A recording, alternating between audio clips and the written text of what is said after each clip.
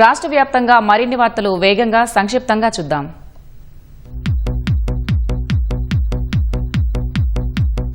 సూర్యాపేట జిల్లా తుంగతుర్తి నియోజకవర్గంలో కాంగ్రెస్ పార్టీ మండల అధ్యక్ష నియామకాలను రద్దు చేయాలంటూ ఆ పార్టీ శ్రేణులు నిరసన చేపట్టాయి.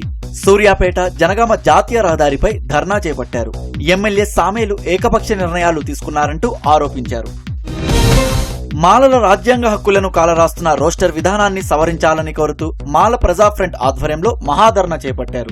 రాష్ట్ర ప్రభుత్వం వర్గీకరణ విషయంలో అనుసరిస్తున్న వైఖరి వల్ల మాలల్లోని అనేక ఉపకులాలు నష్టపోతున్నాయని మాల సంఘాల జేఏసీ కన్వీనర్ సర్వయ్య ఆవేదన వ్యక్తం చేశారు. భద్రాద్రి జిల్లా అశ్వాపురం మండలం గౌతమీనగర్ లో national federation of atomic energy employees 8వ అఖిల భారత మహాసభలు జరిగాయి. పినపాక ఎమ్మెల్యే పాయం వెంకటేశ్వర్లు, మహబూబాబాద్ ఎంపీ పౌరిక బలరాం నాయక్ ముఖ్య అతిథులుగా హాజరై మహాసభలు ప్రారంభించారు. సమాజంలో కుక్కలు పిల్లుల పెంపకం విషయంలో జాగ్రత్తలు తీసుకోవాలని GHMC Secunderabad zone assistant director సద్గుణ పేర్కొన్నారు. ఇందిరా పార్క్ ధర్నా చౌక్ లో సిటిజన్ ఫర్ యానిమల్స్ స్వచ్ఛంద సంస్థ ఆధ్వర్యంలో శిబిరం ఏర్పాటు చేసి ఉచితంగా యాంటీ రేబిస్ వ్యాక్సిన్లు వేశారు. హైదరాబాద్ పుప్పాలగూడలో ప్రణీత్ కన్స్ట్రక్షన్స్ సంస్థ డబ్బులు తీసుకుని ఫ్లాట్లు ఇవ్వకుండా మోసం చేసిందని బాధితులు ధర్నా నిర్వహించారు.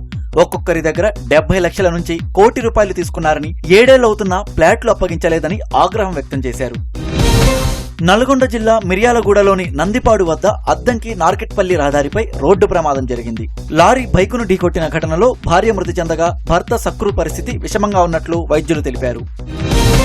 బస్సులో రద్దీ, ఆపై అత్యవసర ప్రయాణం. ప్రాణాలను పణంగా పెట్టి ఫుట్బోర్డ్ పై నిలబడి ప్రయాణం చేసి ఓ వ్యక్తి గాయాల పాలయ్యాడు. హైదరాబాద్ కు కుటుంబంతో కలిసి బస్సులో వెళ్తుండగా సిద్దిపేట జిల్లా మిరిదొడ్డి వద్ద ఈ ప్రమాదం చోటు చేసుకుంది.